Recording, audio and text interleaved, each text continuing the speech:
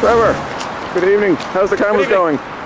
Well, it's wet and it's windy and it's dark, but this is the beginning of February, so that's the way it has to be.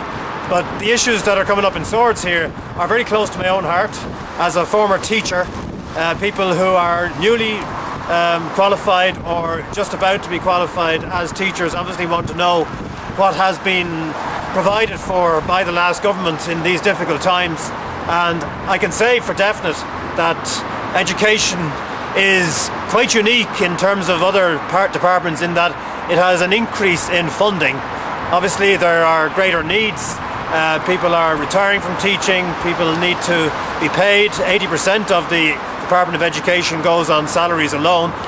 So there's a very real need for us all to recognise that the kind of education we need is education within the limits that are available, and that's not easy for people, and I appreciate that. But it is at least hopefully heartening to realise that the Green Party in government was able to stop the cuts and reverse them when it came to the pupil-teacher ratio, was able to ensure that although we don't have enough SNAs and the appropriate special needs, that there was a recognition that we couldn't cut them anymore and we needed to hold what we had and to provide as best we could with what was available.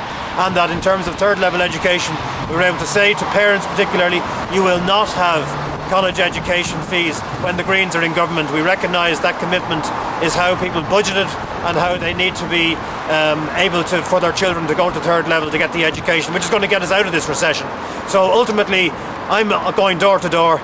Many issues are coming up, but education is obviously close to my heart. So we'll see what the next door has. Thank you. Thanks, Trevor.